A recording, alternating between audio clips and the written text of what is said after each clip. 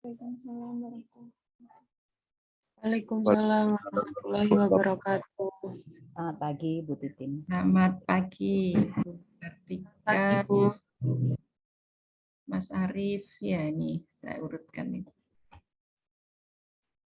Sudah banyak yang hadir. Kita berapa? 16 ya, Bapak Ibu ya? Iya, Bu. 16, Bu. Ya, masih ada beberapa yang belum masuk ini ya. Jadi alhamdulillah ya hari ini kita bisa memulai lagi diskusi kita tentang asesmen dan evaluasi yang minggu yang lalu sudah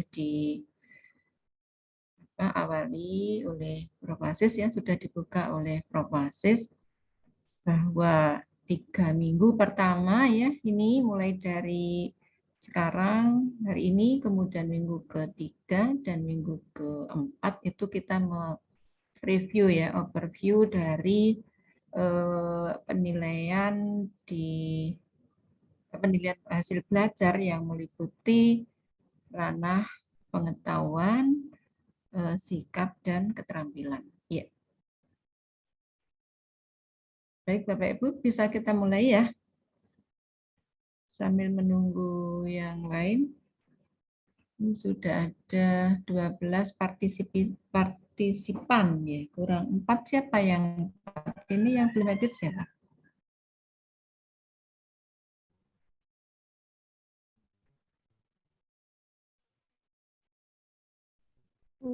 Bisa.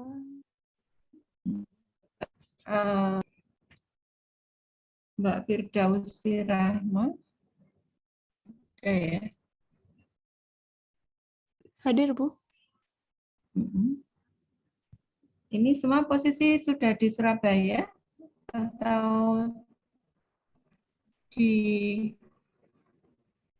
tempat masing-masing? Masih ada yang di luar kota, Ibu. Masih di rumah Mas. Ya. Mas Arief. Dari Ya, dari Bu Kartika. Bu Kartika Ibu. Surabaya ya, Ya, Bu? Surabaya, Ibu, hadir. Pak Rizky Afnan. Ini kayaknya muda-muda nih ya, kelas ini. Pak Rizky belum hadir ya? Belum, Bu. Belum. Mbak Indah, tak Mbak aja. Mbak atau Bu. Mbak Indah belum hadir.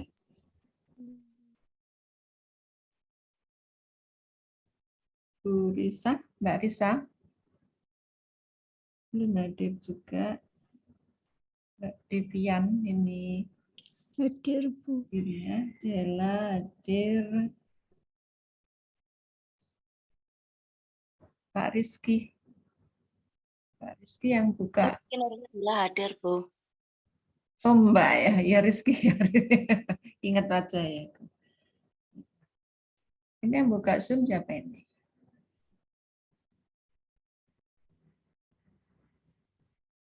Pak Safri? Hadir, Bu.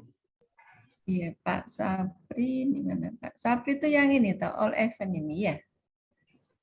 Iya, Bu. All event 100 ya, Pak? Iya, Bu. Belum diganti, Mana ini? Pak Safri di mana? Dari mana? Dari Pamekasan, Bu. Pamekasan. Sekarang di posisi di Pamekasan ya, Pak? Iya, masih di rumah. Iya. Sudah mengajar atau di Belum. mana instruksinya? Oh. Muhammad Furkon. Mas Furkon. Hadir, Bu. Iya, Bu. Hadir, Mbak Aprilia. Hadir, Bu. Nah, Mbak Faradila.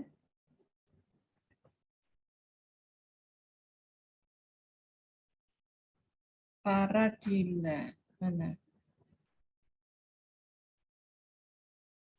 Belum hadir ya? Muhammad Izul Rizky Aulia. Pak. Hadir, Bu. Iya. Izul Rizky Putih Sari ya. Putih Sari. Putih Sari. Sari Indahsari. Hadir, Bu. Putih Sari Indahsari. Ya, ada Putih Sari, ada Indahsari. Indah Putri Mulyasari, gitu ya, ya? Bu. Iya, baik. Bapak Ibu dan apa yang muda-muda saya panggil Mbak ini. Bapak Ibu semuanya ya, kita mencoba hari ini untuk mereview ya, mereview kembali untuk mengawali ya nanti tugas secara yang berbasis kinerja yang berupa proyek ya nanti di proyek ataupun tugas-tugas dalam bentuk kinerja yang lain ya yang setelah menyampaikan ya ide gagasan ya atau kajian dari isu-isu evaluasi ya yang berkembang saat ini di lapangan ya dan berikutnya mulai ke setelah UTS itu mengidentifikasi ya sudah dijelaskan minggu yang lalu ya, mengidentifikasi kemudian menganalisis ya KD yang dipilih untuk judul atau tema di skripsi di tesis di tesisnya ya Bapak Ibu ke kognitif ya. Jadi penilaian pengetahuan ya kalau di kurikulum baru itu bukan menggunakan kognitif ya tapi pengetahuan. Jadi bahwa hasil belajar itu harus terintegrasi ya di dalamnya meliputi ranah pengetahuan, sikap dan keterampilan ya. Dan saya juga sudah yakin bahwa Bapak Ibu sudah mengembangkan ya kan tidak pernah mengembangkan di skripsinya itu tentang instrumen ya instrumen penilaian untuk ranah pengetahuan ya atau kognitif ya. Bapak Ibu apa ya perbedaan ya assessment atau penilaian dari ketiganya itu kalau bisa memberikan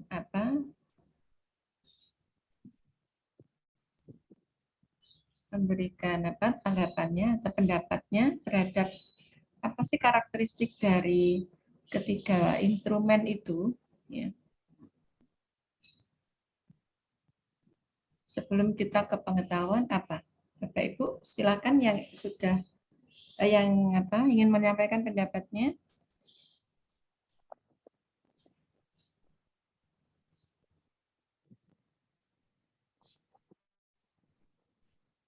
Atau aspek apa ya? Aspek kognitif itu sebenarnya penilaian yang seperti apa dan menilai apa? Mengakses apa? Mengakses ya ranah pengetahuan Bu. Ya, ranah pengetahuan itu yang mana? Apa ranah pengetahuan itu? Bapak Ibu silakan.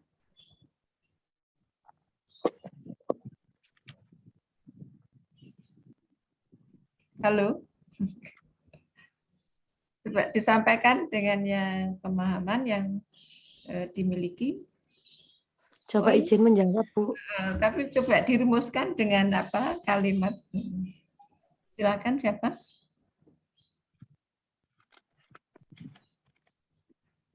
Siapa tadi yang sudah memberikan suaranya? Saya Bu Risa Umami, Bu. Risa, ya. Bu Risa, silakan Bu Risa. Iya, izin menjawab, Bu. Untuk penilaian kognitif menurut saya itu penilaian yang mencakup keterampilan berpikir. Jadi di situ mulai dari kalau menurut taksonomi Bloom mulai dari tahapan C1 hingga C6. Itu kalau instrumen penilaian kognitif. Sedangkan instrumen penilaian afektif itu menilai sikap yang dimiliki oleh peserta didik, meliputi sikap spiritual dan sikap sosial, Kemudian untuk penilaian, instrumen penilaian psikomotorik itu berarti menilai keterampilan yang dilakukan oleh peserta didik. Bisa meliputi produk, proyek, ataupun portofolio. Itu kalau pengetahuan saya, Ibu. Baik, iya. Jadi ketiganya itu yang bisa yang lain mungkin khusus yang pengetahuan atau kognitif apa dengan bahasa dan kalimat sendiri yang dipahami sampai sekarang sampai saat ini. Saya yakin sudah itu loh cepat diungkapkan dengan kalimat sendiri ya. Apa sih pengetahuan penilaian pengetahuan ranah kognitif itu ranah yang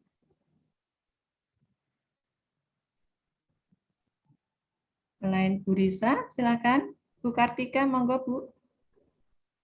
Baik, saya akan coba menjawab. Untuk penilaian ranah pengetahuan ini, kalau menurut saya adalah penilaian kemampuan seseorang ya dari segi pemahaman tentang pengetahuan tersebut, tetapi penilaiannya berdasarkan ingatan ya, mungkin hanya recall memory seperti itu. Itu saja Bu dari saya. Terima kasih. Memori ya, memori. Jadi ingatan saja Bu.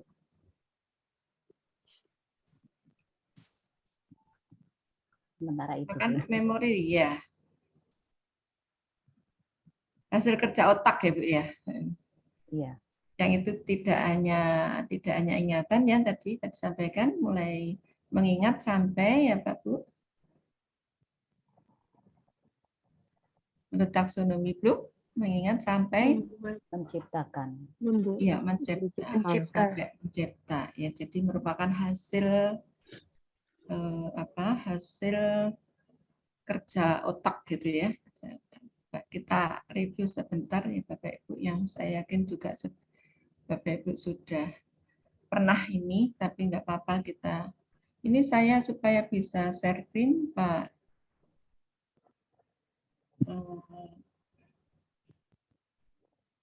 Seperti yang Pak Sapri ya, Pak Sapri.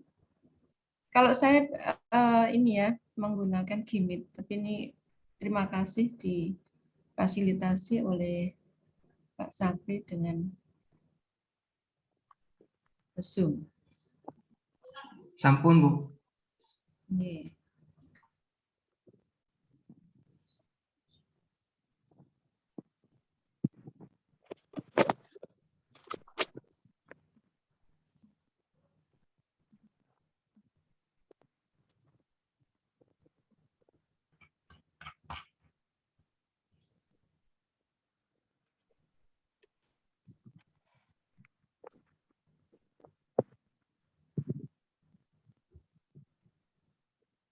Ya, coba kita review bentar ya Bapak Ibu, sebelum nanti Bapak Ibu coba mengkaji ya, apa yang sudah dibuat atau pengalaman Bapak Ibu dalam mengembangkan instrumen ranah pengetahuan atau kognitif. Jadi betul tadi baik disampaikan oleh Bu Kartika maupun Bu Risa ya. Jadi ranah kognitif atau pengetahuan itu ranah yang mencakup kegiatan atau aktivitas otak ya. Jadi aktivitas otak ya yang meliputi ya apa Mama atau berhubungan dengan kemampuan berpikir ya. Kemampuan berpikir ya. Di dalamnya juga ada keterampilan berpikir tadi ya. Jadi keterampilan berpikir itu disebut juga dengan keterampilan apa? Kognitif. Ya.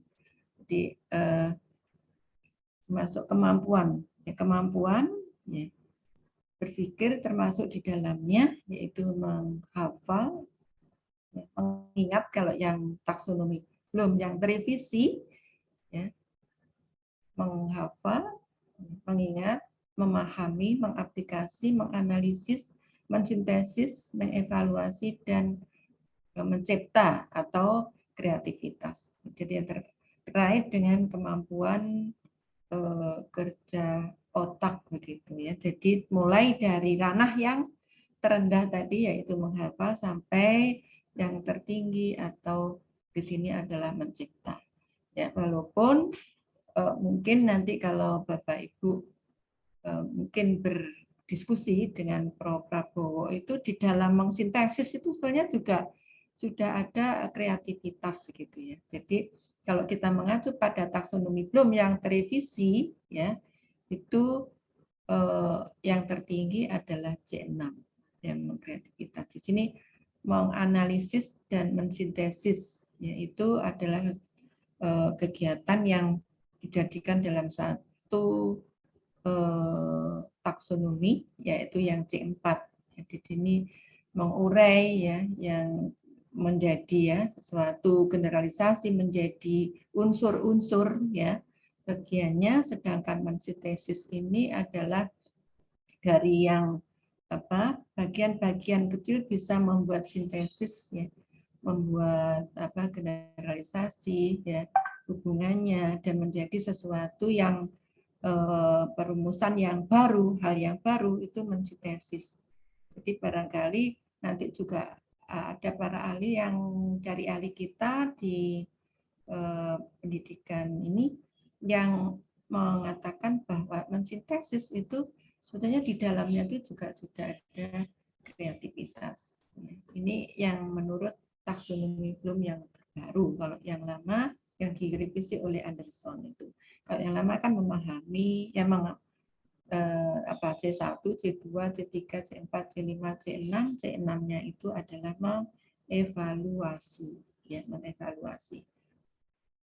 Nah, Bapak Ibu untuk mengkategorikan ya, mengkategorikan bahwa instrumen tes kita itu masuk level kognitif yang mana ya, itu biasanya apa yang menjadi indikator dari yang dijadikan indikator bahwa soal atau instrumen atau item tes itu termasuk level kognitifnya C1, C2, C3, C4, C5 dan C6. Itu apa Bapak Ibu yang digunakan untuk menentukan bahwa yang instrumen yang kita atau item yang kita buat, butir tes yang kita buat itu termasuk C3, C4, C5, C6. Apa Bapak Ibu? Silakan. Kompetensi dasar, Bu. Kata kerja operasional. KKO, kata kerja operasional, Bu. Kata kerja operasional, ya.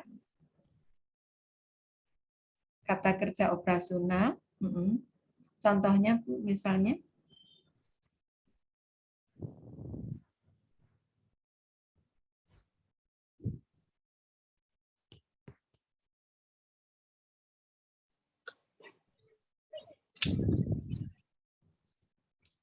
Ada yang selain ya baik, mungkin kata kerja operasional. Kalau menghafal, mengingat itu mendefinisikan, definisi, menyebutkan penemu ya. Kalau memahami itu apa? Mungkin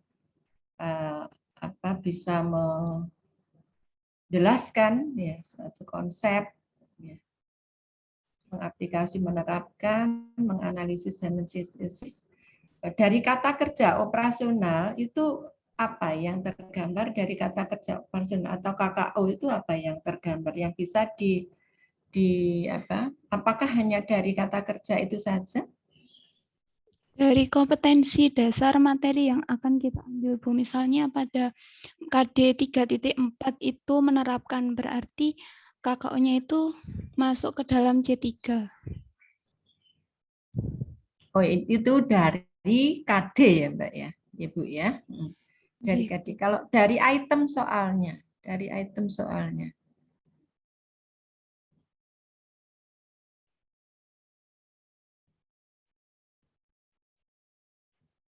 Misalnya, bagaimana Bapak Ibu selain tadi menganalisis menggunakan analisislah, apakah selalu seperti itu? Kata kata kerjanya menganalisis? Ya.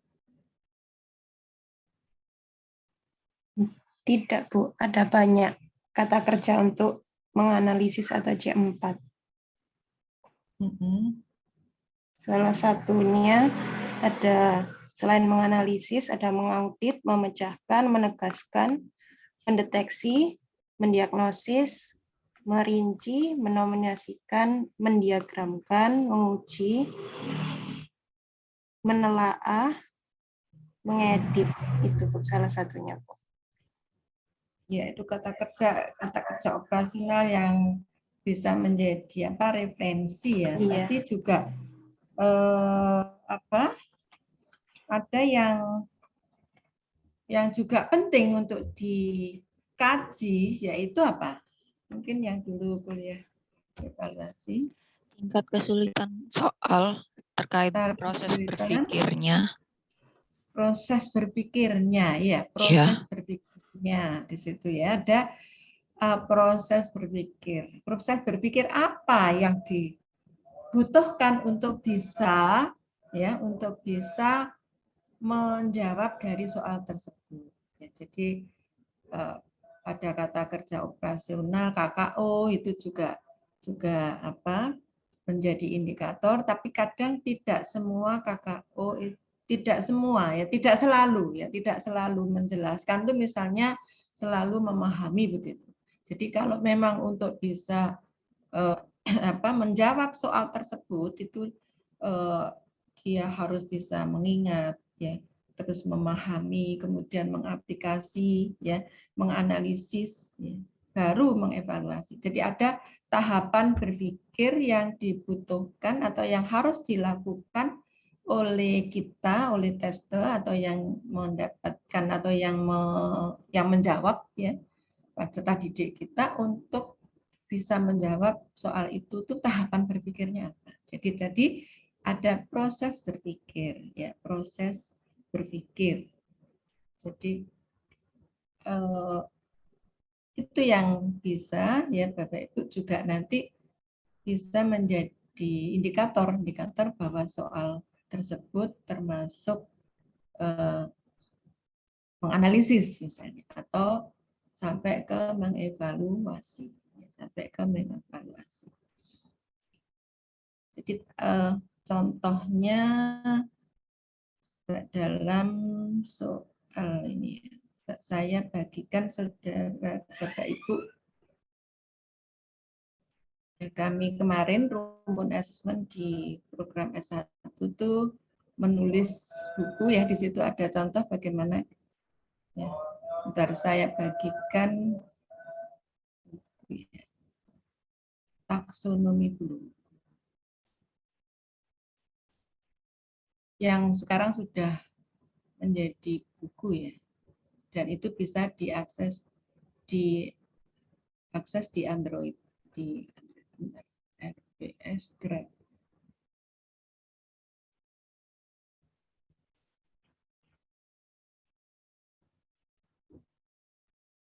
Rumpun asesmen.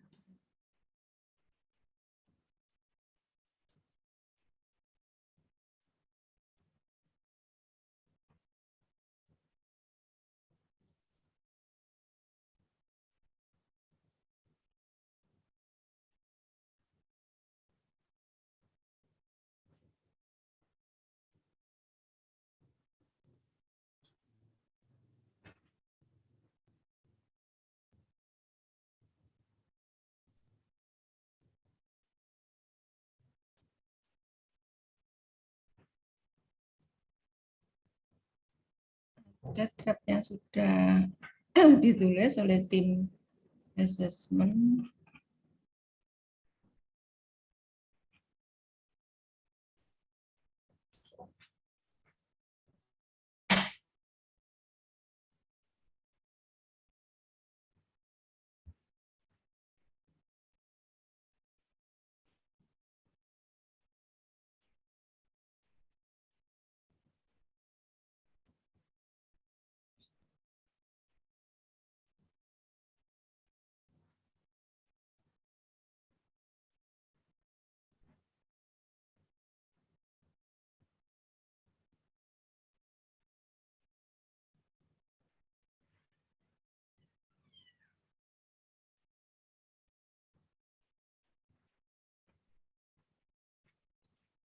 Ya, tadi ada proses berpikir. Coba kalau silakan Bapak Ibu membuka pada persepsi ya di situ. Ya.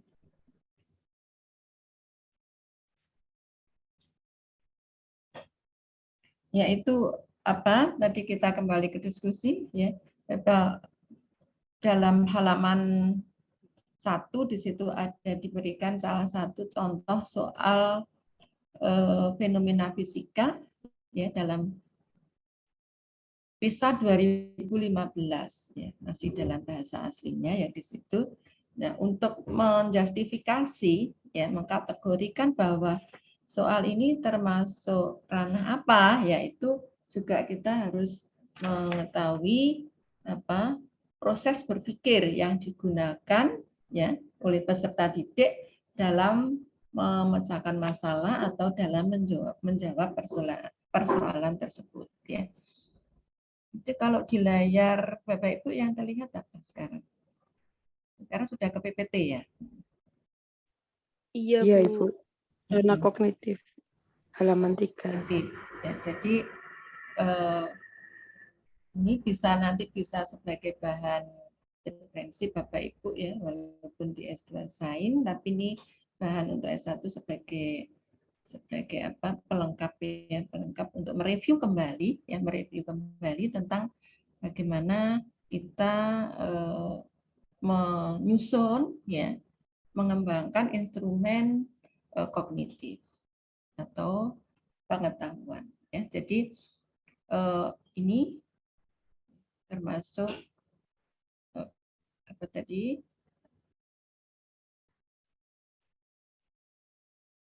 termasuk dari bahan kajian nanti untuk menambah ya referensi dari nilai kognitif ya. Jadi kalau seperti ini ya, apa definisi ya. Tuliskan rumus, sebutkan bagian-bagian, ya siapa penemu, ya ini termasuk remembering. Jadi yang remember atau knowledge yang lama itu adalah knowledge, ya.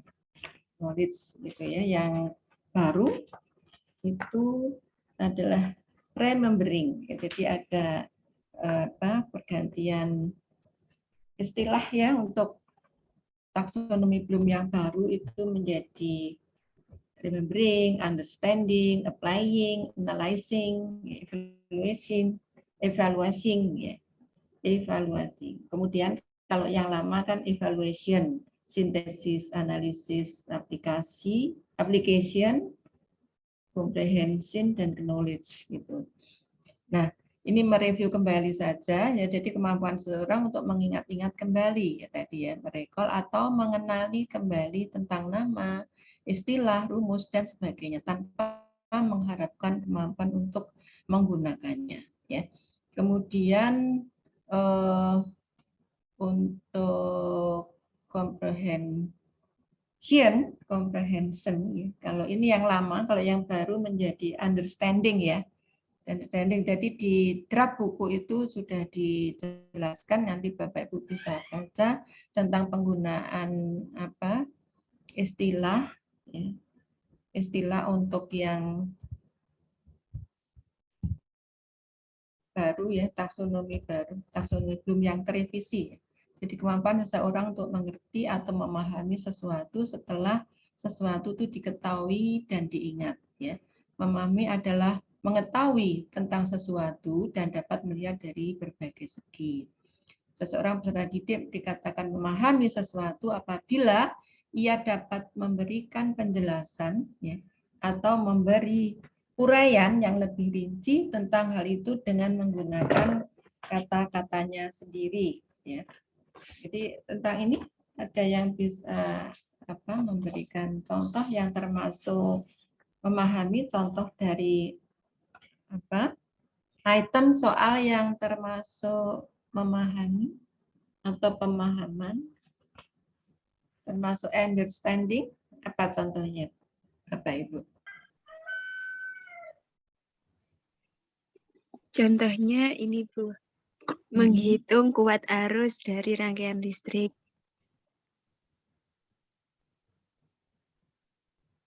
Menghitung Iya. Nah, ada yang menghitung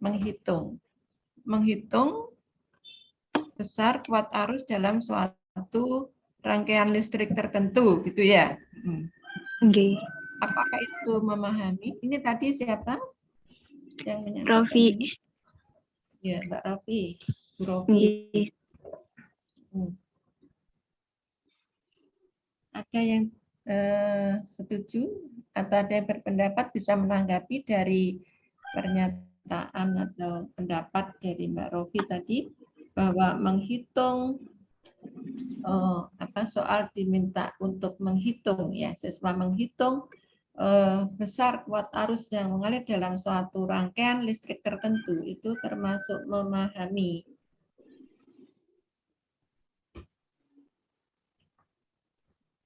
Saya, Bu. Ya, Bu Risa. Siapa? Dela, Bu.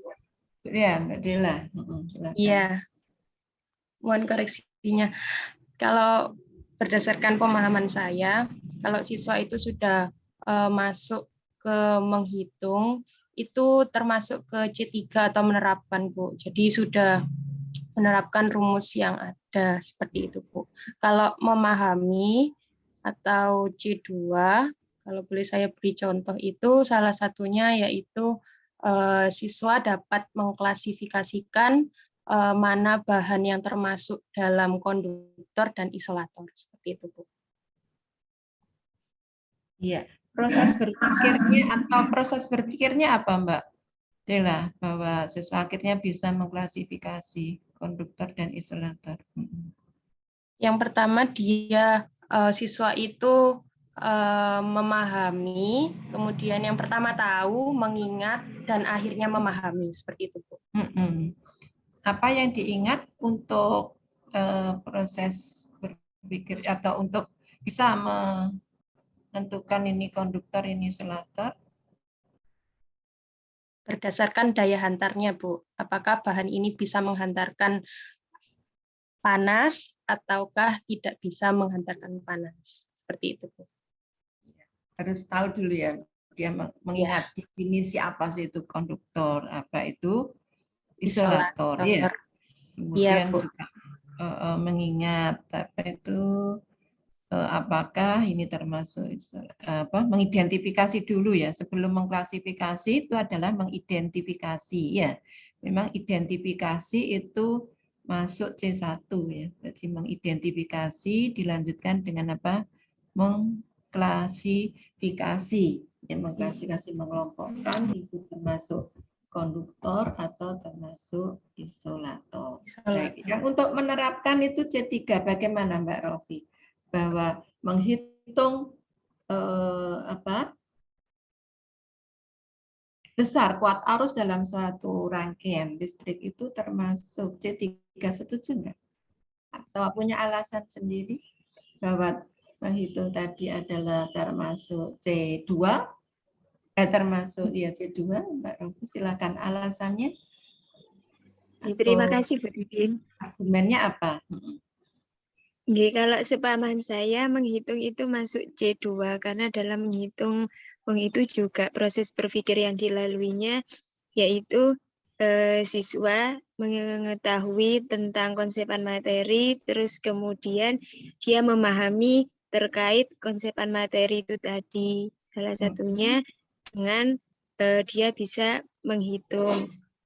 Nah, kalau dari pemahaman saya untuk yang C3 itu pengaplikasian dalam kehidupan sehari-hari. Ini mohon diluruskan jika pemahaman saya belum benar. Iya. Menerapkan ya. Jadi menerapkan bisa saja di sini misalnya menggunakan ya. Menghitung itu kan sudah menghitung dalam satu rangkaian itu sebenarnya kan sudah memecahkan masalah kan ya. Memecahkan berapa sih ini ya. Berapa sih kuat arus yang mengalir dalam satu rangkaian tersebut ya. Jadi akhirnya untuk menghitung itu dia menggunakan atau menerapkan misalnya rumus hukum Ohm lah misalnya. Ya, jadi sudah sampai pada dia menerapkan ya konsep ya atau rumusan rumus kuat arus dalam satu rangkaian, baik itu seri, paralel atau campuran, untuk menentukan kuat arus. Ya. Jadi sudah ini penerapan ya, kalau Bu Titin juga menurut Bu Titin juga itu masuk C3 ya, sama dengan Mbak Dila. Bapak Ibu yang lain? Jadi tidak cukup hanya memahami untuk bisa memahami ya, mengerti, tapi karena sudah menggunakan ya untuk penyelesaian masalah, yaitu menghitung kuat arus. Nah, hanya nanti perlu kita jelaskan ya sampai seberapa ya bentuk stimulus dari soal tersebut, apakah hanya satu langkah menghitung selesai atau mungkin digunakan untuk setelah tidak cukup dan tidak satu langkah ya, itu nanti kita lihat ke stimulus soalnya atau tahapan atau proses berpikir ya, proses berpikir setelah kita berpikir apa ya yang harus digunakan ya untuk bisa menyelesaikan permasalahan atau menjawab permasalahan dari soal tersebut. Mungkin Pak Safri? Ada pendapat Pak Safri? Ya, jadi ini menarik, ada dua pendapat bahwa menghitung kuat arus itu C2, tapi Mbak Dela itu masuk C3. Lah, Pak Safri ini bolonya siapa? Mbak Dela atau Pak Safri? Iya. Berdasarkan dari taksonomi Bloomnya yang sudah direvisi, bahwa menghitung itu termasuk C3, Ibu. Sedangkan yaitu mengaplikasikan, sedangkan memahami itu masih ranah C2. Mungkin lebih condong ke Bu Dela. Iya.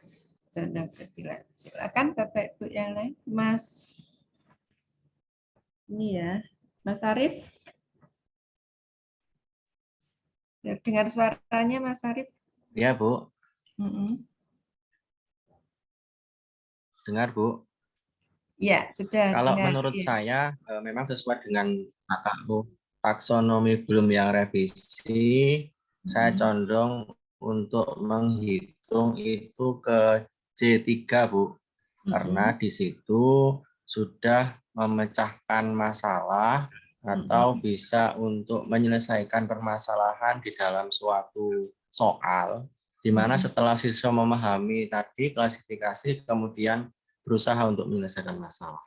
Jadi seperti itu, Bu. Sedangkan kalau yang C2 tadi memang betul kata Bu Dela, lebih condong ke pengelompokan, Bu, atau klasifikasi setelah tahu misalnya benda-benda konduktor itu apa, kemudian isolator itu apa, nah kemudian dikelompokkan menjadi konduktor serta isolator. Jadi seperti itu, Bu.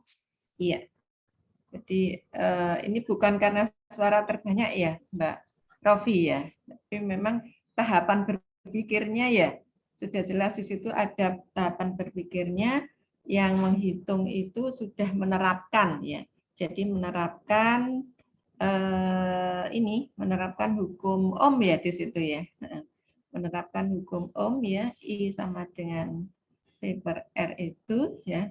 Kalau itu rangkaian yang sederhana, untuk apa? Di situ untuk menyelesaikan permasalahan dalam kehidupan sehari-hari ya.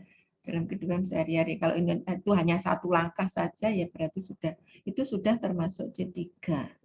Jadi tahapannya seperti itu. Jadi kalau kita lihat dari proses berpikirnya juga harus tahu ya, selain memahami tentang bagaimana hubungan antara I, P, dan R ya dalam satu rangkaian listrik, tapi juga menerapkan. Ya. Jadi menerapkan hubungan itu atau rumusan itu dalam hukum dinyatakan dalam hukum Ohm untuk menyelesaikan permasalahan, yaitu menentukan kuat arusnya berapa, gitu ya.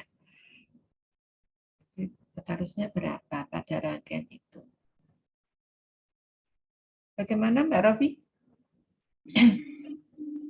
Nggih, terima kasih Bu Titin dan juga teman-teman sudah menyampaikan dan meluruskan terkait pemahaman saya. Iya. Kemudian saya ini Bu, apa namanya? Muncul pertanyaan. Jika nantinya ada soal misalnya berikan contoh penerapan konsep hukum memberikan contoh itu apakah masuk dalam penerapan karena di situ ada kata-kata penerapan atau masuk di pemahaman? Karena ketika dia tahu misalnya apa ya, tadi itu ada isolator sama konduktor, pengertiannya kemudian diminta mengklasifikasikan, itu artinya dia paham mana isolator dan konduktor, dan misalnya memberikan contoh dalam kehidupan sehari-hari. Ya, kalau sudah berkaitan dengan memberikan contoh penerapan dalam kehidupan sehari-hari ya, atau contoh peristiwa dalam kehidupan sehari-hari terkait dengan konsep tertentu ya. Jadi kalau itu yang kita baca selama ini ya, itu termasuk proses penerapan. Jadi memberikan contoh dalam kehidupan sehari-hari ya. Jadi mungkin telah diberi dalam buku itu sudah ada contohnya ya, contohnya dalam textbook, kemudian diaplikasikan, sudah tahu konsepnya, definisi konsep sudah dipahami, bisa menjelaskan, kemudian diminta untuk memberikan contoh dalam peristiwa misalnya, atau peristiwa dalam kehidupan sehari-hari yang terkait ya, yang terkait ya. Jadi misalnya penggunaan konduktor isolator yang dalam kehidupan sehari-hari yang terkait dengan konduktor dan isolator, penerapannya dalam kehidupan sehari-hari itu ya C3 sudah apa? C3. Jadi menerapkan konsep untuk menjustifikasi atau memberikan contoh penerapan dalam peristiwa kehidupan sehari-hari. Ya, jadi bisa menerapkan rumus tadi untuk menyelesaikan masalah, bisa memberikan contoh menerapkan peristiwa yang terkait dengan konsep itu dalam kehidupan sehari-hari. Ya.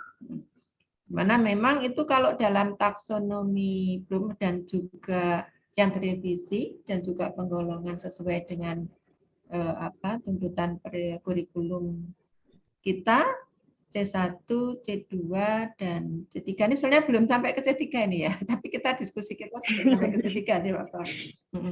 Itu termasuk apa lodge ya. Jadi hanya mungkin satu langkah itu bisa menemukan jawabannya ya menurut Prof. Basis gitu. Kalau satu langkah sudah ketemu jawabannya itu berarti termasuk lodge. Tapi untuk bisa memecahkan masalah atau menjawab satu permasalahan itu diperlukan beberapa tahapan berpikir yang tidak hanya satu langkah, yaitu termasuk itu HOTS atau chain, menganalisis, mengevaluasi, dan mencipta. Ya. Jadi penerapan yang hanya satu langkah loh ya, ini ya. Menerapkan rumus ya itu masuk C3. Tapi kalau kita juga setelah menerapkan rumus, kita dituntut lagi untuk menggunakan proses berpikir, misalnya membedakan ya, kemudian menentukan mana yang tepat sesuai dengan kriteria tertentu, ya itu berarti perlu proses berpikir lain yang itu tidak hanya lodge, ya tidak hanya C3, tapi itu proses berpikir yang lain. Mungkin Bapak Ibu ini sudah sangat paham sebetulnya.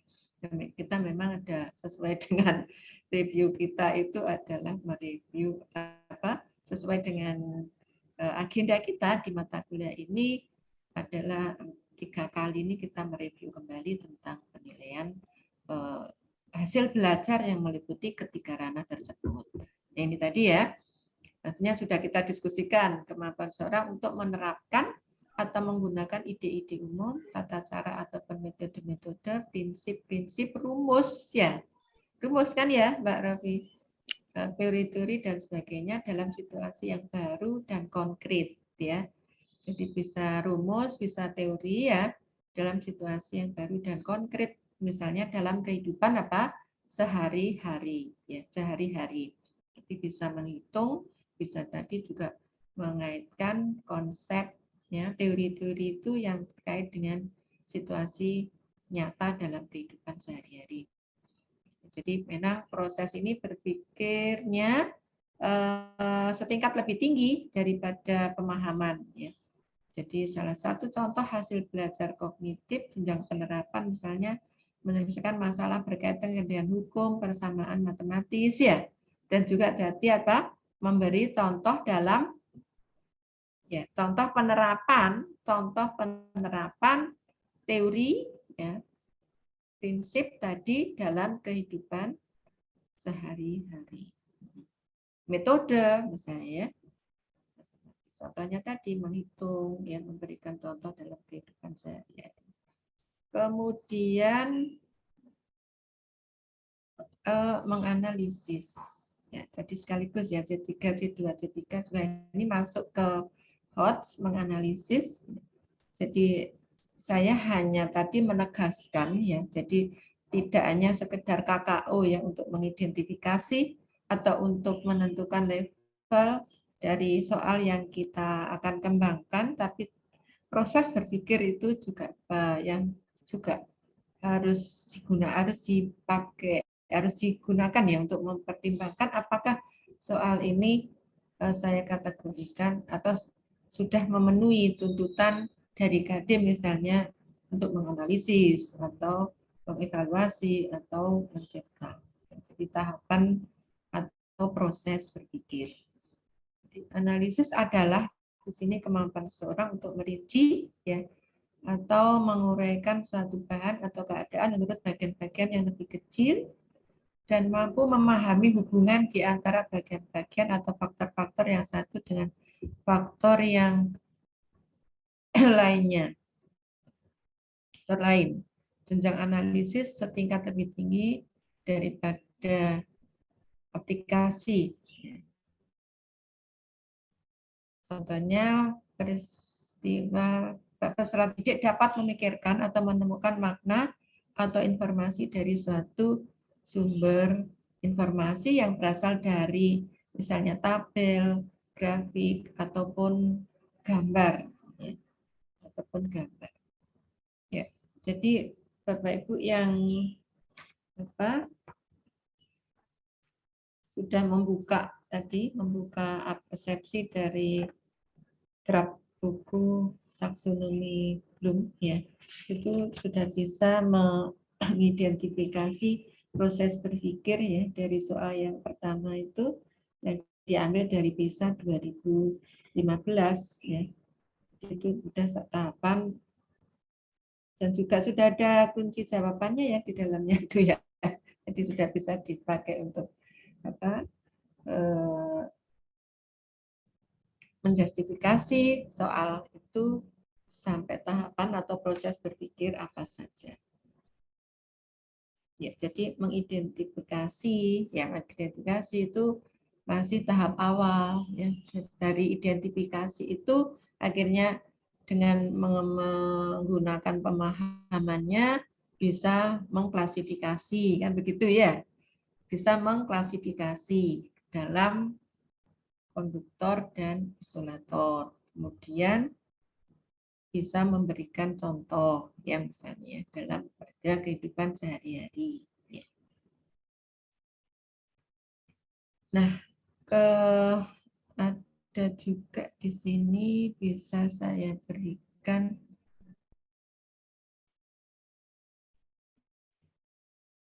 tentang menganalisis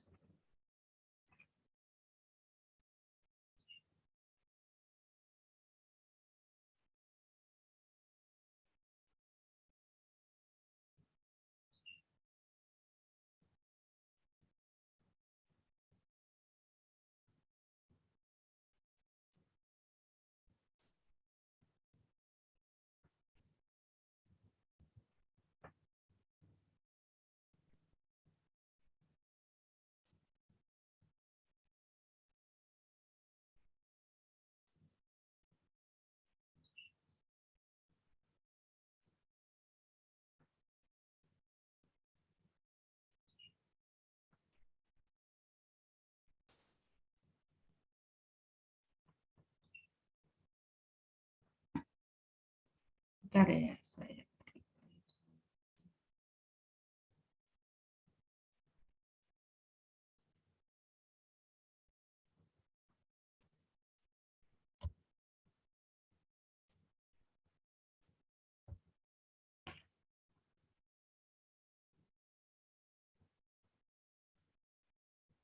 Nah, kelihatan di sini, Bapak Ibu.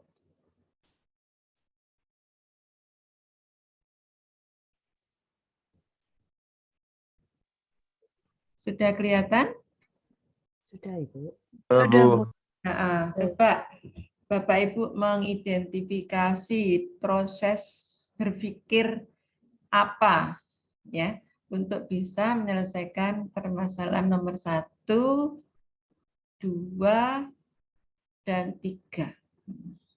Ampun satu-satu ya, tapi tetap satu-satu jawabnya.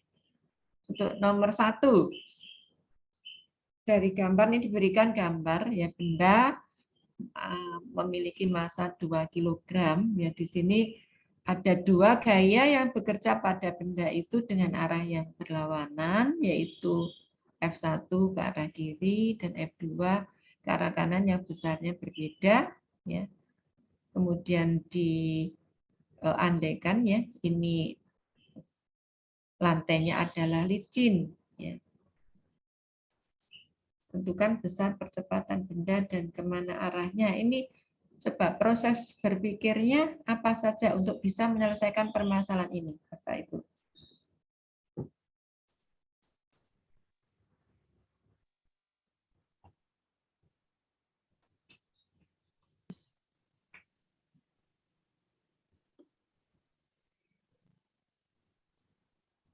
Kemudian juga nomor 1 dulu.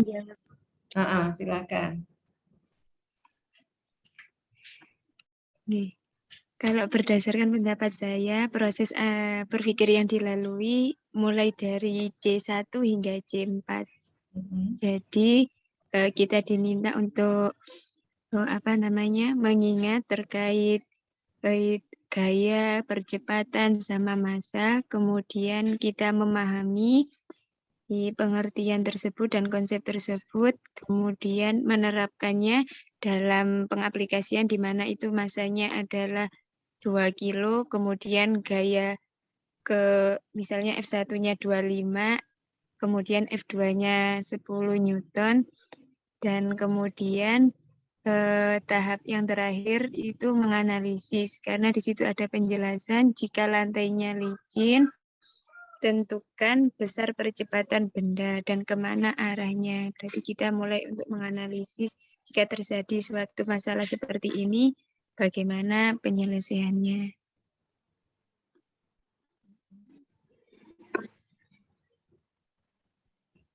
Sehingga kalau diidentifikasi proses berpikir apa saja tadi dalam buku, seperti dalam buku taksonomi itu? C1 hingga C4, Bu. Mengingat, memahami, menerapkan, menganalisis. Dan menganalisis. Baik.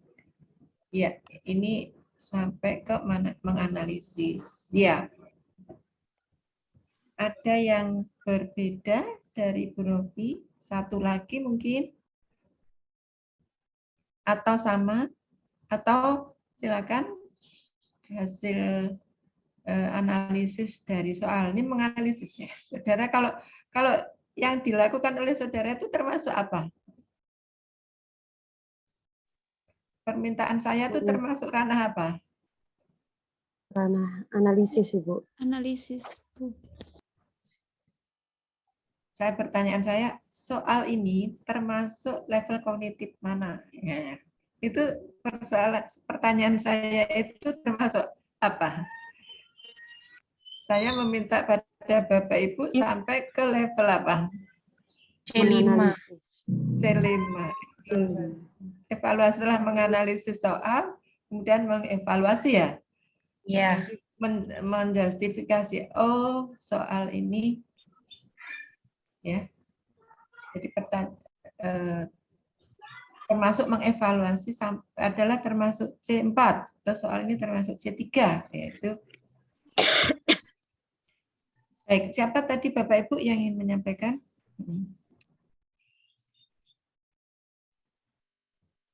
Saya coba izin Ibu menjawab Ibu. Siapa Bapak Ibu? Bu Risa. Bu Risa, oh, kok Bu Risa, Bu Rofi, yang lain coba selain Bu Risa. Yang lain ada Mbak Devian, coba Mbak Devian. Maaf ya Bu Risa. Ya Ibu, enggak apa-apa. Iya, memberi coba saya ingin kesempatan pada yang lain yang untuk menyampaikan pendapatnya ya. Tuh jangan langsung di on ya, Bu Risa. Marah ya Bu Risa enggak ya? Protes. Enggak Bu. Bu Risa. Ini salah satu kompetensi di dalam pembelajaran itu kan juga bagaimana mengungkapkan ide dan pendapat ya Bu ya. Jadi harus melatihkan pada semuanya. Yang belum, jadi belum termasuk yang belum ini kan saya untuk mengaktifkan. Enggak apa-apa, selingan kok ini Bu Risa. Hanya saya ingin suara. Enggak apa Ibu. Mbak Devian ayo. Saya tambah senang Ibu. Supaya semua aktif. Baik Ibu, saya kalau menurut sepemahaman saya, soal nomor 1 ini termasuk ke dalam ranah proses berpikirnya C3, yaitu melewati tahapan yang pertama itu memahami soal dan memahami konsep, kemudian mengingat. Nah, di sini peserta didik itu mengingat tentang konsep, oh kalau di sini kan variabel-variabel yang diketahui itu ada gaya dan massa. Kemudian yang ditanyakan percepatan, berarti siswa itu mengingat kembali bahwa itu termasuk konsep hukum 2 Newton. Nah, dalam konsep hukum 2 Newton itu arah gayanya itu kalau misalnya ke kanan dia bernilai positif, kalau ke kiri itu bernilai negatif. Seperti itu, Bu. Kemudian yang selanjutnya itu proses berpikir menerapkan atau C3, di mana peserta didik ini dapat mengetahui bahwa untuk menentukan percepatan itu menggunakan persamaan sigma F sama dengan M kali A, kemudian hingga dimasukkan angka-angkanya hingga ketemu percepatannya itu sebesar 7,5 meter per second kuadrat. Nah, kemudian untuk yang arahnya ini kan peserta didik sudah mengingat bahwa ketika gaya yang besar, maka arahnya akan mengikuti gaya yang besar tersebut. Nah, di sini kan F yang paling besar ke kanan itu adalah 25 Newton, maka arahnya ke kanan. Seperti itu, Bu. Jadi, proses berpikirnya masuk ke C3. Kalau sepemahaman saya, Bu. Mohon maaf dikoreksi. Ini semakin menarik ya, semakin menarik. Ternyata ada dua pendapat. Ini masuk C3 yang tadi Mbak Robi C4. Ya. Nah, ini perlu ada yang lain ini. Perlu ada yang lain yang belum mengemukakan pendapatnya itu adalah Robi sudah. Pak Purkon. Sapi sudah, Mas Arif sudah, yang bapak-bapak. Mas Furkon? Iya, Bu. Iya, bagaimana?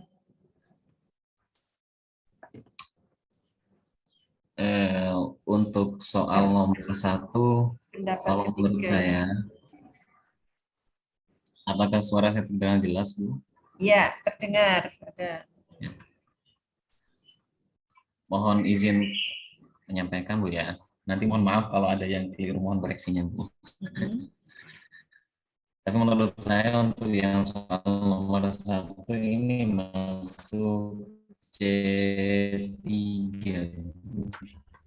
Menghitung sesuai dengan apa yang disampaikan Bu Devian tadi. Ya, suaranya tidak putus-putus, Mas.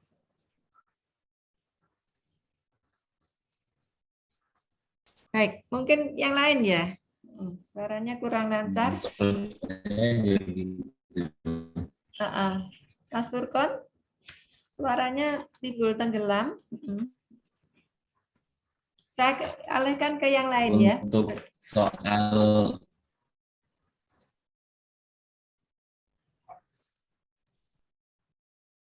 Bu, mohon maaf, ini trouble Bu.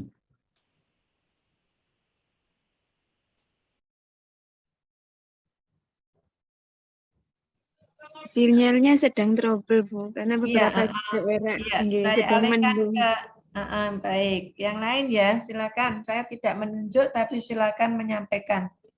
Yang belum merasa belum memberikan sumbangan suaranya, pendapat atau idenya.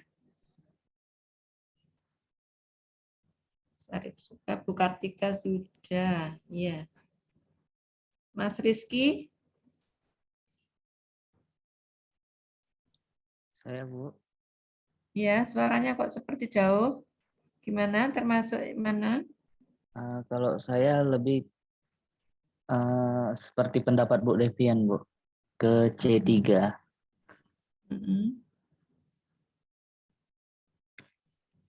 Karena kalau saya melihat dari yang ada di PPT Ibu, di situ untuk C3 terdapat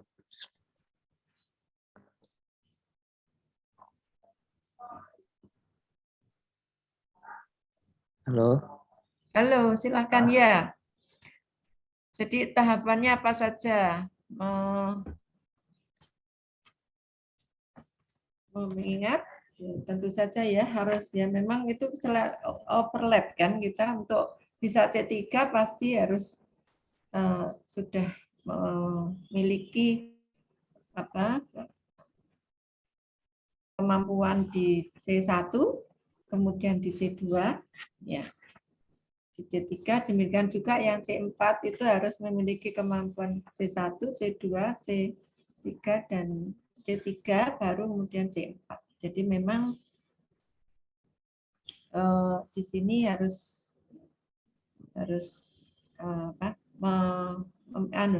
artinya menggunakan level yang di bawah untuk bisa ke level atas, level yang di atasnya. Nah, yang ingin saya tadi bisa ulangi lagi pertanyaannya adalah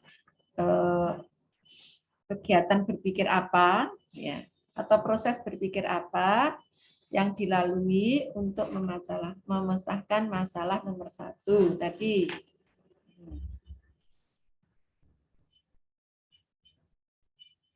Sebelum ke C3 coba proses berpikir apa untuk bisa menjawab ini tuh.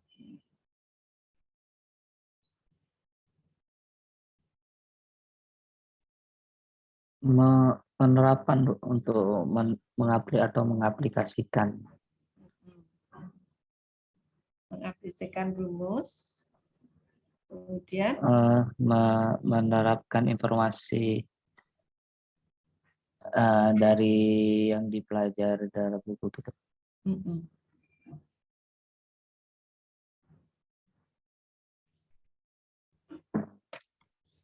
Menerapkan rumus ya, ini kan memang rumus hukum Newton 2 Newton.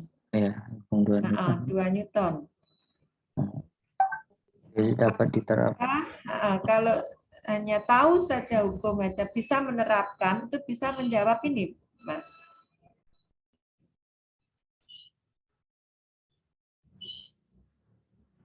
Gimana, Bu? Suaranya putus-putus.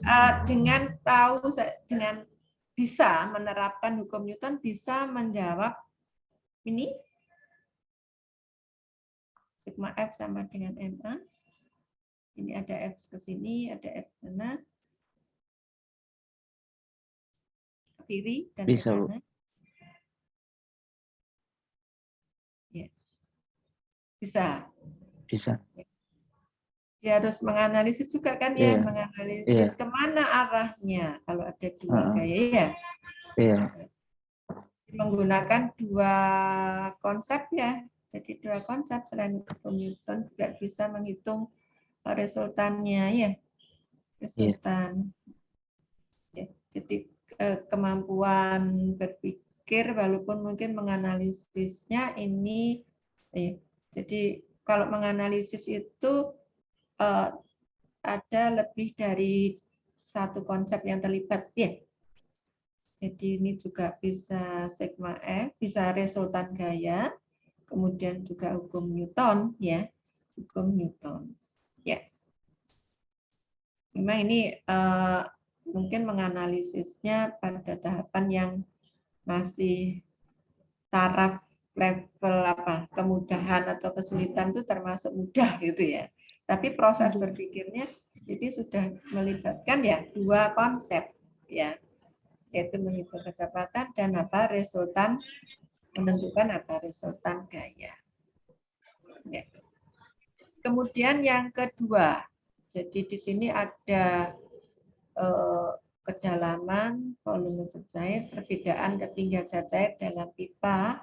Bagaimanakah hubungan antara volume zat cair dengan perbedaan ketinggian zat cair dalam pipa?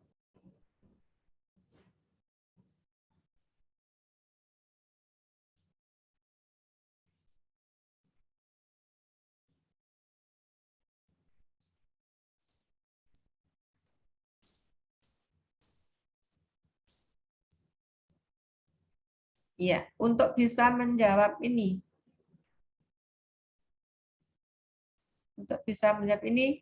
tahapan atau proses berpikir apa saja?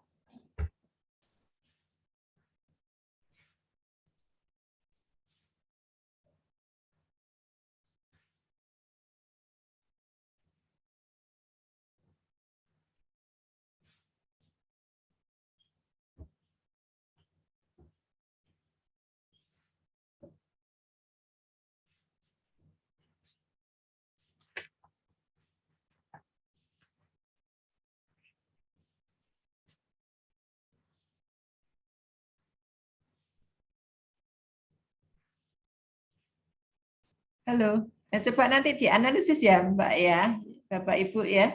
Jadi saya hanya menekankan bahwa di situ menganalisis yaitu kemampuan seorang untuk merinci atau menguraikan suatu bahan atau keadaan menurut bagian-bagian yang lebih kecil dan mampu memahami hubungan di antara bagian-bagian atau faktor-faktor yang satu dengan faktor yang lain ya. Jadi ini tingkat lebih tinggi dibandingkan dengan penerapan ya, dengan penerapan. Tadi kalau C4 tentu saja prosesnya harus mulai dari mengingat ya, C1 yaitu C2, C3 menerapkan dan digunakan untuk melakukan analisis ya. Seperti ini ada tabel pengamatan ya, ada kedalaman. Ini volume zat cair, perbedaan ketinggian zat cair dalam pipa U dari percobaan pipa U ya.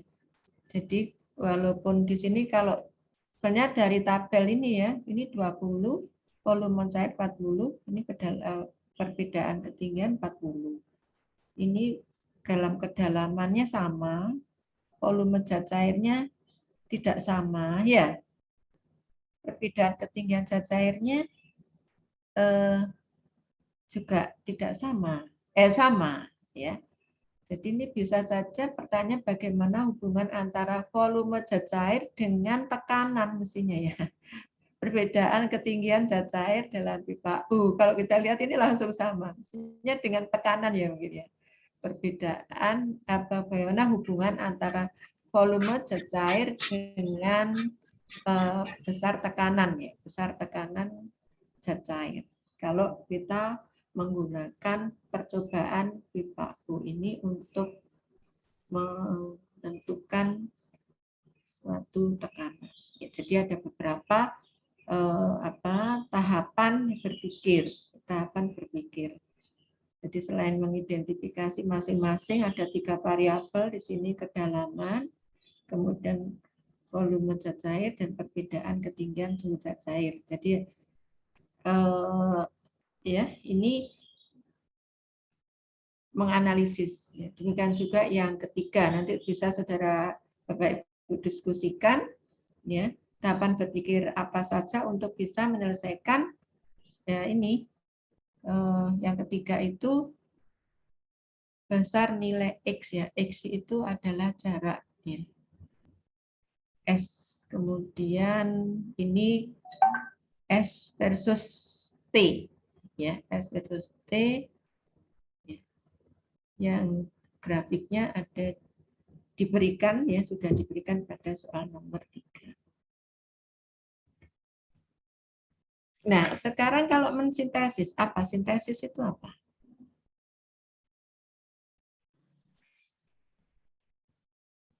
Menganalisis tadi adalah mengurai ya,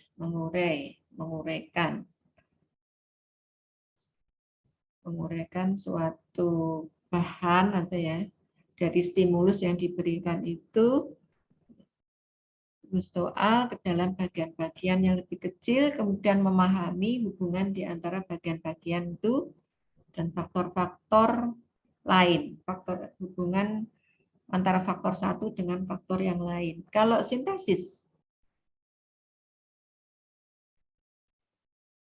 menyatukan bagian-bagian, Ibu. Menyatukan, kebalikan ya dari proses analisisnya. Memadukan ya Bu ya. Bu siapa tadi suaranya siapa? Bu Kartika. Iya Ibu. Bu Risa ya. Memadukan bagian-bagian atau unsur-unsur secara logis ya, sehingga menjelma menjadi satu pola yang terstruktur atau berbentuk pola baru. Nah ini yang kadang juga dimasukkan sintesis itu ke evaluasi. Ya, jadi tadi memadukan bagian-bagian atau unsur-unsur secara logis ya, menjadi suatu pola yang berstruktur atau pola dalam bentuk pola baru. Gitu. Itu sintesis. Saya Indah boleh izin klarifikasi. Tinggi, monggo Bu. Iya, jadi terkait apa yang telah dijelaskan tadi, saya ingin bertanya mengenai yang nomor 2. Apabila pertanyaannya itu tetap seperti bagaimana hubungan antara volume zat cair dengan perbedaan ketinggian zat cair pada pipa U, berarti itu bisa dikatakan ranahnya masih C2 nggih Bu, kalau misalnya pertanyaannya tetap. Soalnya kan tahapan berpikirnya berarti di situ sudah ada data, kita hanya menginterpretasikan data yang ada dan mengaitkan dengan mengingat konsep sebelumnya. Berarti kalau misalnya tetap di pertanyaan nomor 2 itu tetap masuk ke C2, apa benar Bu? Namun kalau misalnya nanti pertanyaannya diganti dengan bagaimana hubungan antara volume zat cair dengan tekanan, mungkin seperti yang Ibu contohkan tadi, itu baru masuk ke analisis, soalnya terkait nanti perhitungan dan analisis data. Apa benar seperti itu, Bu? Iya, baik. Menurut Ibu, bila pertanyaan seperti ini, itu tadi masuk C2 itu argumennya apa, Bu? Kemampuan atau proses berpikirnya apa sehingga itu C2? Ya, kemampuan dan proses berpikirnya C2 itu soalnya di sini kan sudah ada data, Ibu. Berarti kita mengingat, mengidentifikasi ada data apa saja ini, kedalaman, lalu volume, perbedaan ketinggian. Nah, karena yang di sini ditanyakan itu volume zat hubungan antara volume zat cair dengan perbedaan ketinggian, dan di sini sudah ada datanya, maka kita hanya perlu memahami data dan menginterpretasikan data saja. Berarti hanya sampai di C2 membaca dan memahami data saja. Jadi sudah ada, tadi Bu menyampaikan sudah ada interpretasi. Jadi kan tadi kalau kita memahami itu kan bisa menggunakan konsep itu untuk memberikan mendefinisikan, misalnya memberikan penjelasan ya, itu memahami. Nah di sini ya maksud dari soal ini itu kan tadi menganalisis tadi adalah apa? Menguraikan, kata gitu ya Bu ya. Jadi memang walaupun ini data yang mungkin mudah ya untuk Ibu ya, mungkin Bu Irsa juga mudah. Oh ini kedalaman tetap, ini ketinggian juga tetap, cukup memahami itu. Tapi yang dimaksud sini sebetulnya ya adalah siswa diminta itu tadi ya Ibu ya. Jadi menguraikan ya bagian-bagian, misalnya melihat oh ini ada 3 variabel ya. Coba kita lihat bagian-bagiannya. Jadi kalau yang pertama misalnya dari percobaan pertama dengan volume 400 itu ketinggiannya 10 ya.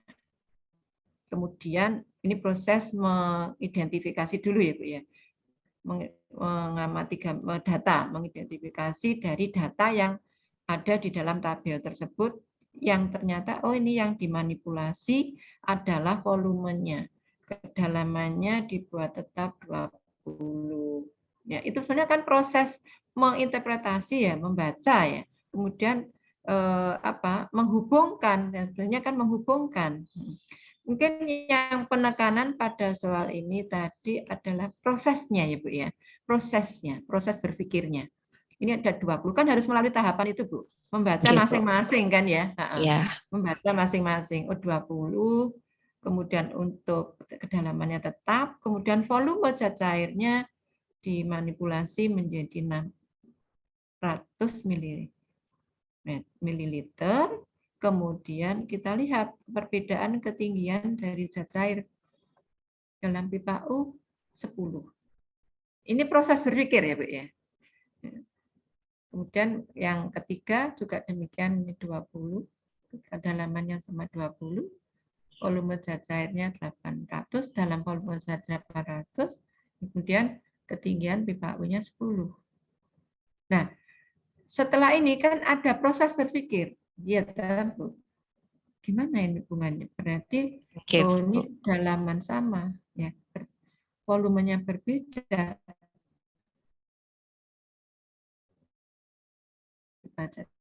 Itu adalah sama. Nah, ini proses berpikir ya, menganalisis, ya kan Bu ya. Jadi penekanannya pada proses ya, proses berpikir. Hanya memang kebetulan di sini adalah kedalamannya sama ya, dalam perbedaan ketinggian dalam zat cair ya, fenomena atau stimulus yang digunakan dalam tabel ini mungkin mudah 20 10 ya. Jadi mungkin lebih ke proses berpikir. Jadi menggunakan nalar kita untuk menentukan ya, membuat pola ini, menentukan pola hubungan ya, pola hubungan antara ya, menguraikan menjadi bagian-bagian yang lebih rinci dan memahami hubungan ya, serta faktor-faktor lain. Berarti di sini perbedaan tinggi zat cair itu tidak dipengaruhi volume zat cair ya, untuk kedalaman yang sama kan ya. Ini proses berpikir kan Bu ya. Ya Bu. Ya, jadi kita ada proses menganalisis di sini begitu ya. Berarti tetap masuk C4 ya Bu ya. Iya. Ya.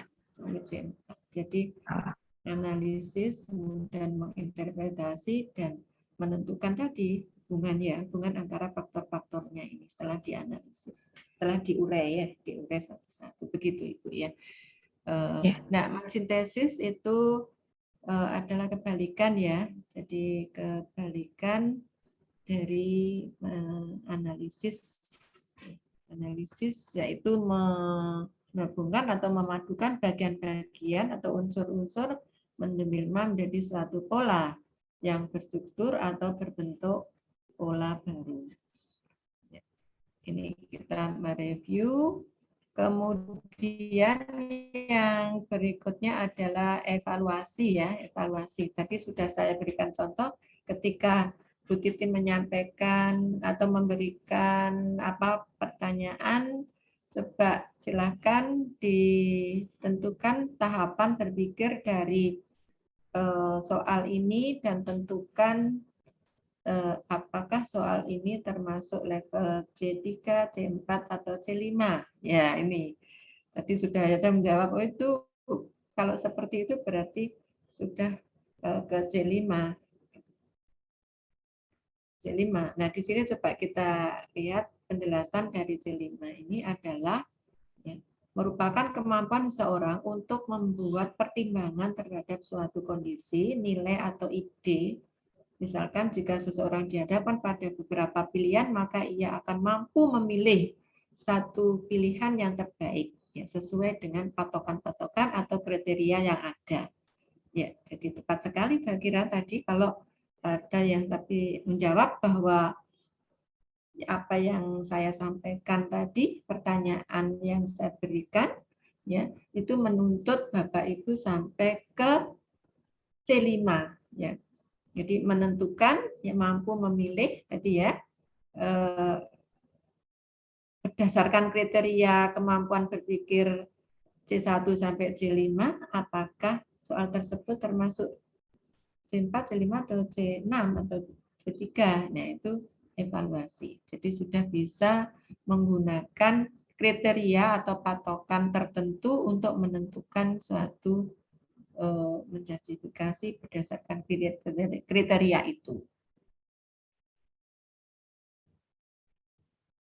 Ini juga salah satu contoh hasil belajar kognitif jenjang evaluasi adalah peserta didik mampu menemukan kelebihan dan kekurangan hasil eksperimen atau memberikan penilaian terhadap suatu kegiatan berdasarkan pada acuan atau kriteria yang ditentukan. Ya. Ini nanti ada kaitannya yang mengambil literasi sains ya, literasi sains ya. Itu ada yang kompetensi yang kedua itu merancang dan mengevaluasi. Jadi C5 langsung C6 juga ya. Merancang dan mengevaluasi penyelidikan ilmiah ya. Jadi misalnya ada suatu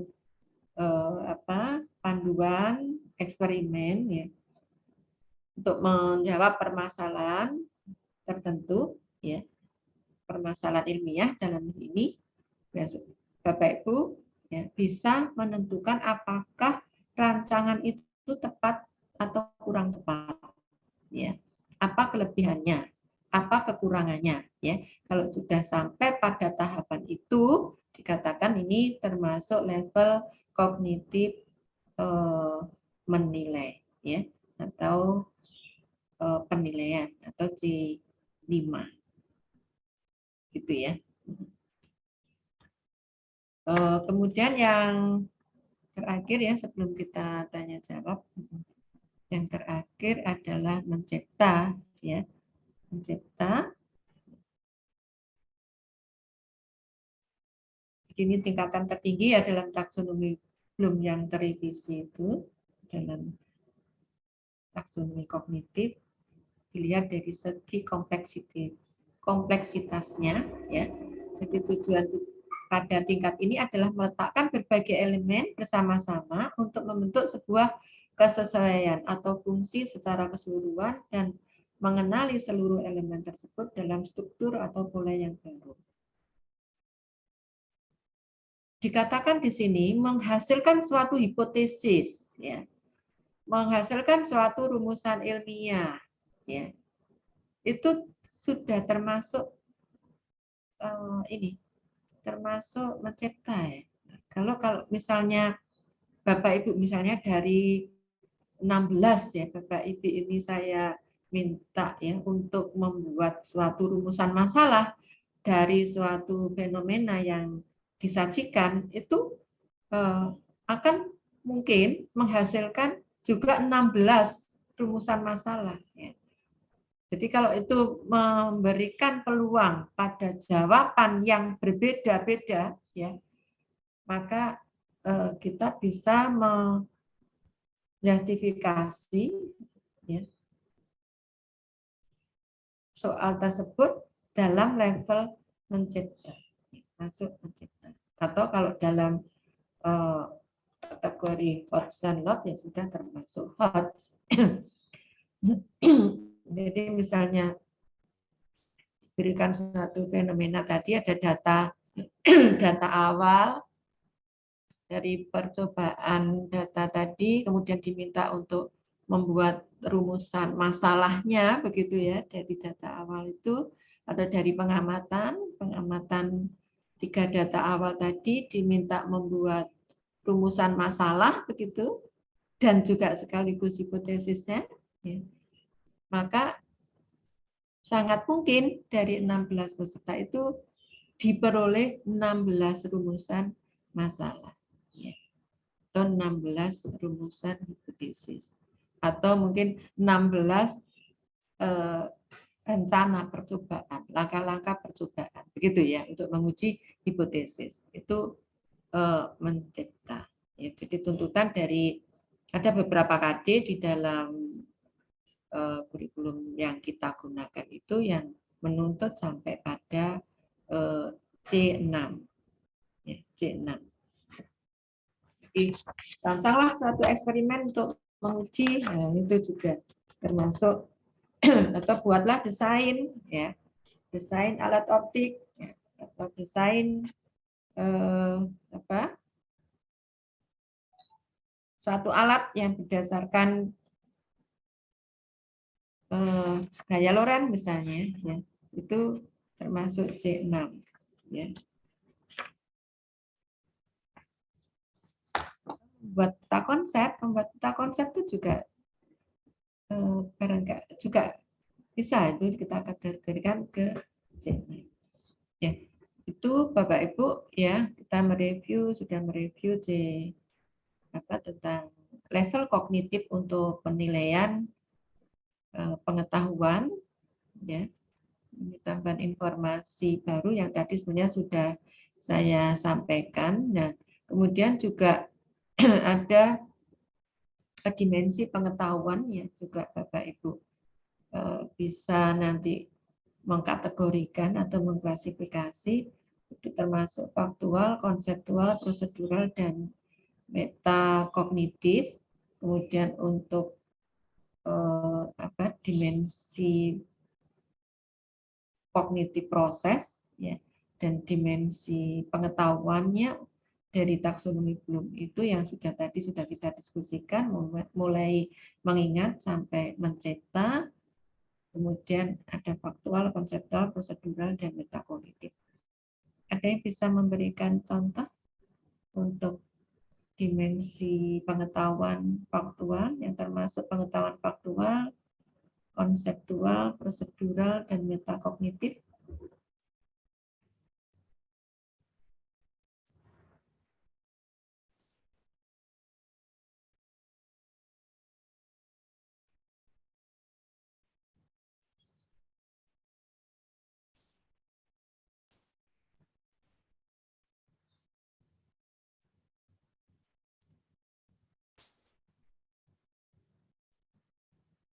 Ya, ini mereview kembali, ya. Jadi untuk pengetahuan faktual, ya, pengetahuan tentang istilah, nama-nama, nama benda, angka, simbol, tanda, dan elemen-elemen dasar. Kemudian konseptual, pengetahuan tentang kategori, klasifikasi, keterkaitan antara satu kategori dengan lainnya, hukum, definisi, ya, dan teori itu termasuk konseptual, ya. Kemudian prosedural, pengetahuan tentang tahapan, urutan atau langkah-langkah, proses teknik, metode, dan cara melakukan sesuatu. Itu termasuk pengetahuan prosedural. Dan metakognitif, pengetahuan tentang cara mempelajari pengetahuan, ya, pengetahuan untuk menemukan strategi, dan pengetahuan yang bersifat pribadi atau self knowledge, ya. Self knowledge itu bagaimana kita menggunakan pemahaman, ya, pemahaman kita sehingga menentukan strategi tertentu, ya, untuk mendapatkan konsep itu, ya, itu metakognitifnya termasuk proses menemukan, ya, proses menemukan strategi tertentu. Misalnya saya kalau dalam teori belajar misalnya bagaimana upaya saya sehingga kita mudah menghafal itu termasuk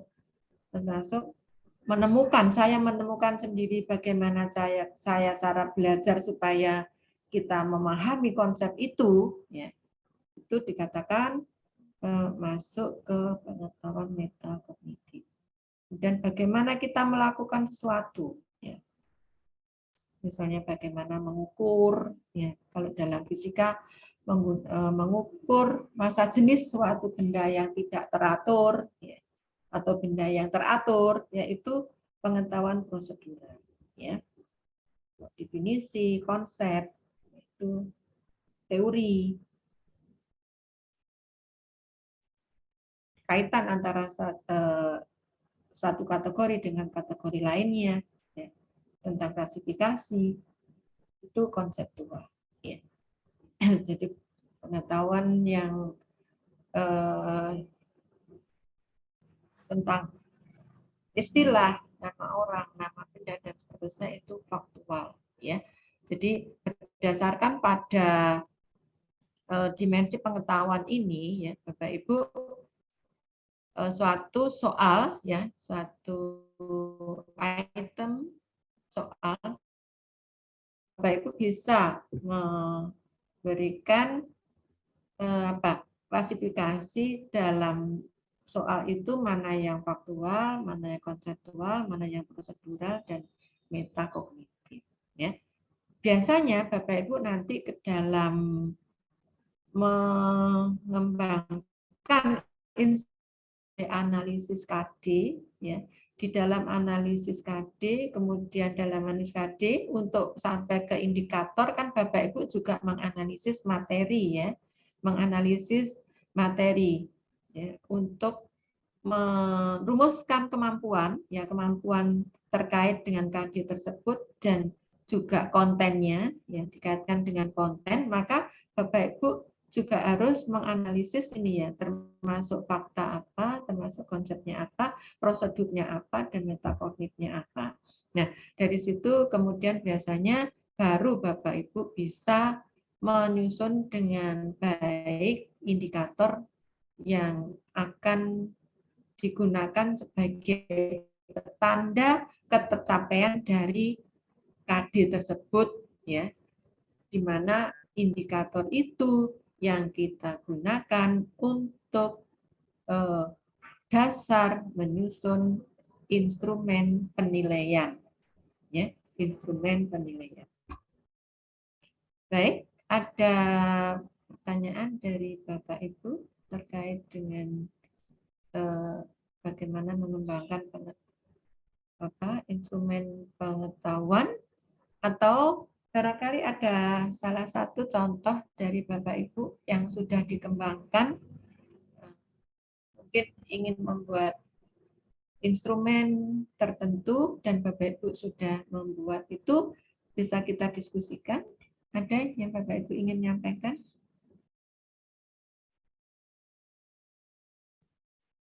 Atau 3 menit, masih ada 3 menit kita gunakan untuk diskusi, ya Bapak Ibu.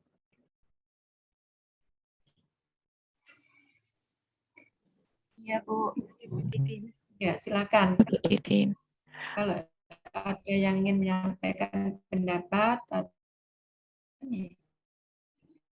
Bu Titin, saya mau konfirmasi, boleh Bu? Nah, ya, tadi kan Devian, Bu. Devian, ya. Tadi kan dijelaskan tentang ranah berpikir dari C1 sampai C6, ya Bu. Nah, misalkan kita kan soalnya itu sudah kami siapkan penilaiannya dari proses berpikirnya. Kemudian apabila peserta didik itu belum mencapai proses berpikir yang sudah kami berikan, katakanlah misalnya gini Bu, saya sudah buat soal yang ranah C5 dan melewati tahapan proses berpikir mulai memahami, mengingat, menerapkan, hingga mengevaluasi. Nah, apabila soal yang saya ujikan kepada peserta didik itu hanya sampai menerapkan. Mereka menjawabnya hanya sampai menerapkan tuh. Berarti kan belum mencapai soal yang saya harapkan tadi sampai C5.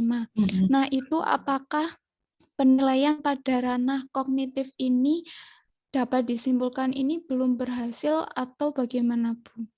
Atau kurang penilaian terhadap ranah kognitifnya karena tidak sesuai dengan apa yang saya harapkan gitu, Bu. Misal di soalnya C5 tapi peserta didik hanya mampu menjawab sampai C3 atau C2 seperti itu, Bu. Nah, mengembangkan C5 itu kan sudah ini mungkin ini kan kalau dievaluasi itu kita mengkaji ya sebagian kecil dari suatu KBM ya, bahwa dalam satu keberhasilan dari suatu KBM itu harus diukur dan alat ukurnya yaitu karena ini adalah proses kognitif maka alat ukurnya juga berupa kognitif. Nah, sebelumnya kan ada segitiga emas ya, mungkin Bapak Ibu kuliah dengan Prof. Prabowo itu selalu ditekankan itu segitiga emas itu ya. Kemarin juga Prof. Basis juga menyampaikan ada segitiga itu ya.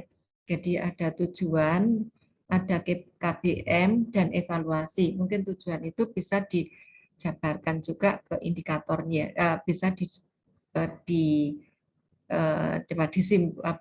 diistilahkan atau diberikan apa istilahnya ya, diberikan istilah indikator ya, indikator dengan indikator tujuan ya, tujuan. Jadi 3 emas itu kalau di Prof. Prabowo di dalam bukunya itu CAM itu tentang penyusunan perencanaan desain pembelajaran interaksional itu ada di atas itu tujuan, kemudian samping-samping ini adalah KBM, proses KBM dan evaluasi. Jadi yang pertama kita harus rumuskan itu kan tujuan itu ya Bu, ya Mbak Devian ya. Nah, di tujuan itu ya, di mana kalau sekarang kan tujuan itu kan indikator lah gitu ya. Jadi indikator sebagai pertanda dari KD itu tujuan kita. Jadi tujuan KD ini tercapai bila indikatornya ini kan begitu. Nah, di dalam itu harus dirumuskan secara operasional dan bisa diukur. Kalau memang itu tuntutannya kita menuntut siswa kita atau dalam KD itu C5 minimal, kan dalam KD itu adalah indikator minimal ya. Jadi minggu yang lalu juga sudah disampaikan oleh Prof. Basis, bisa saja menambahkan menjadi C6 sesuai dengan karakteristik dari sekolah atau peserta didik tersebut. Nah, maka C5 KBM-nya juga harus sampai ke C5 begitu ya. Memberi pengalaman pada siswanya sampai ke C5 ya. Jadi jangan hanya C1, C2, C3 tapi nanti dievaluasinya kita menuntut C5. Jadi itu tidak boleh ditinggalkan, harus sinkron istilahnya ya. Harus sinkron. Jadi kalau membuat evaluasinya tidak sinkron dengan tujuan itu ya tidak tepat. KBM-nya mengharapkan KBM tidak sesuai tujuan itu juga namanya dolim kepada siswa kita ya. Kita menuntut ya betul ya Bu Kartika ya. Kita menuntut C5 tapi siswa tidak kita latih C5 ya. Tidak kita fasilitasi, pengalaman belajarnya tidak sampai ke C5 yaitu itu tidak tepat. Jadi memang ketiga itu harus ini ya, harus kemarin sudah banyak disampaikan Pak Wasis, ketiganya itu harus sinkron.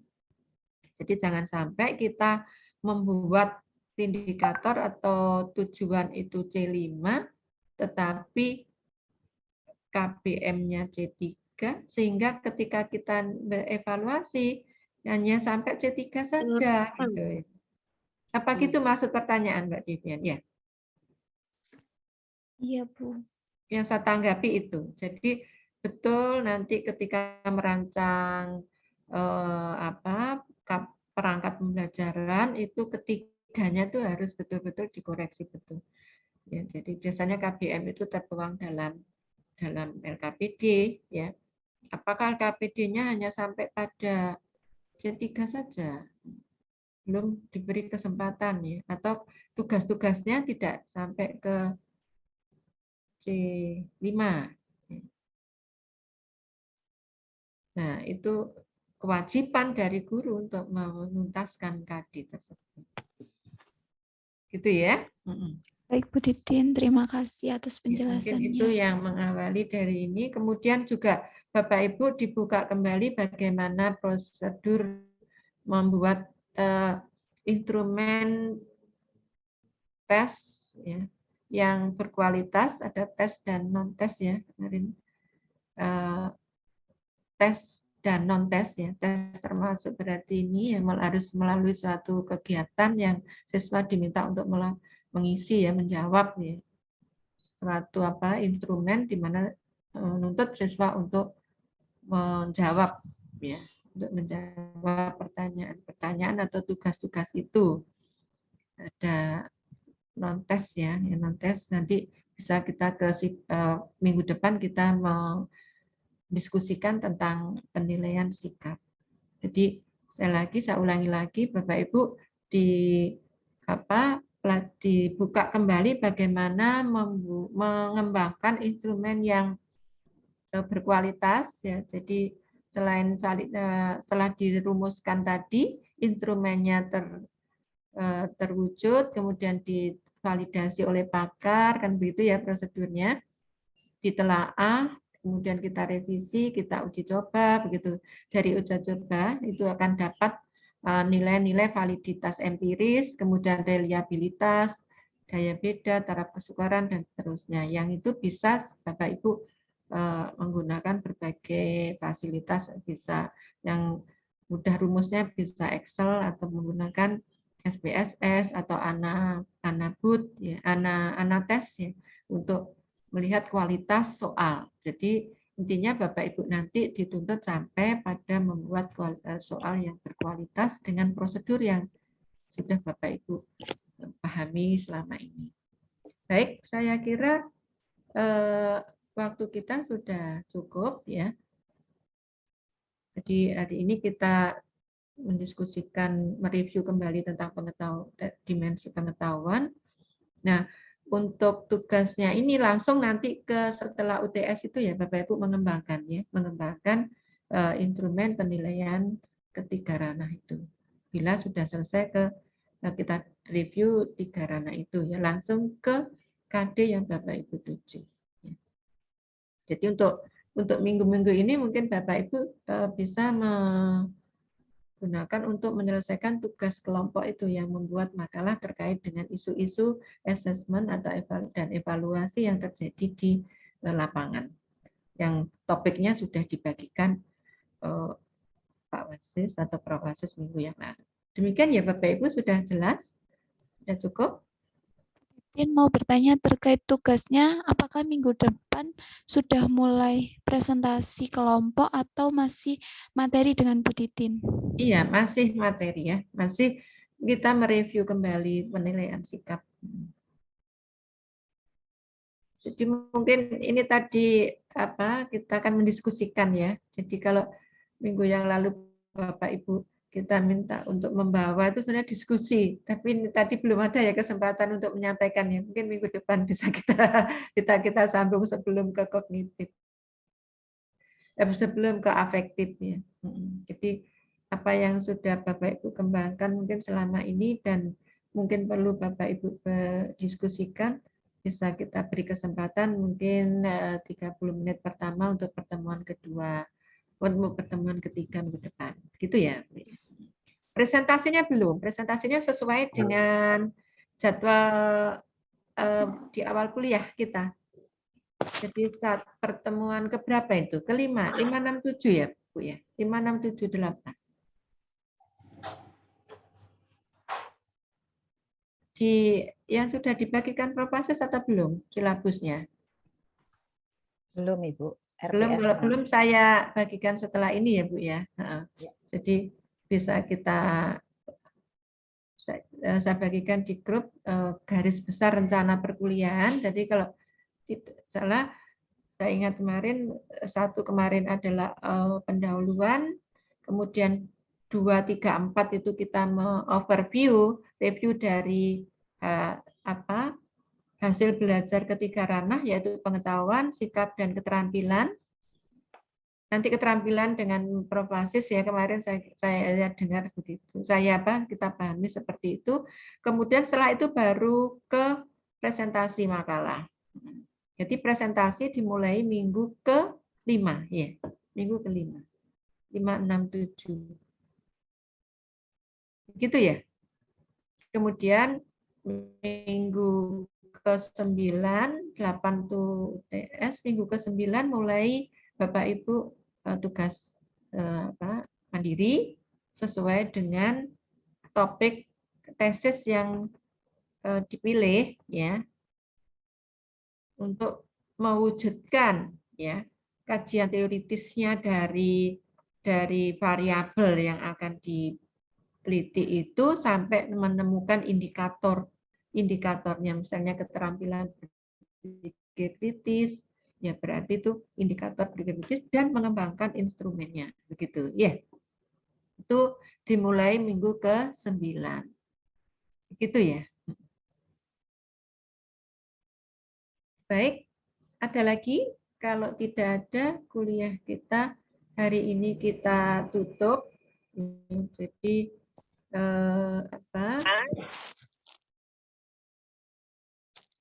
sampai di sini untuk review pengetahuan. Ya, Bapak Ibu bisa mengkaji dari berbagai sumber. Tadi saya berikan untuk yang sudah kami tulis. Juga di dalamnya ada profasis ya. Dan minggu depan tetap kita beri kesempatan ya Bapak Ibu ya, supaya dari Bapak Ibu juga ada tentang hasil instrumen tes kognitif yang sudah dibuat, kita diskusikan 30 menit, kemudian 1 jam 10 berapa menit, berarti 60-70 menitnya kita gunakan diskusi untuk bagaimana mengembangkan atau membuat instrumen penilaian afektif.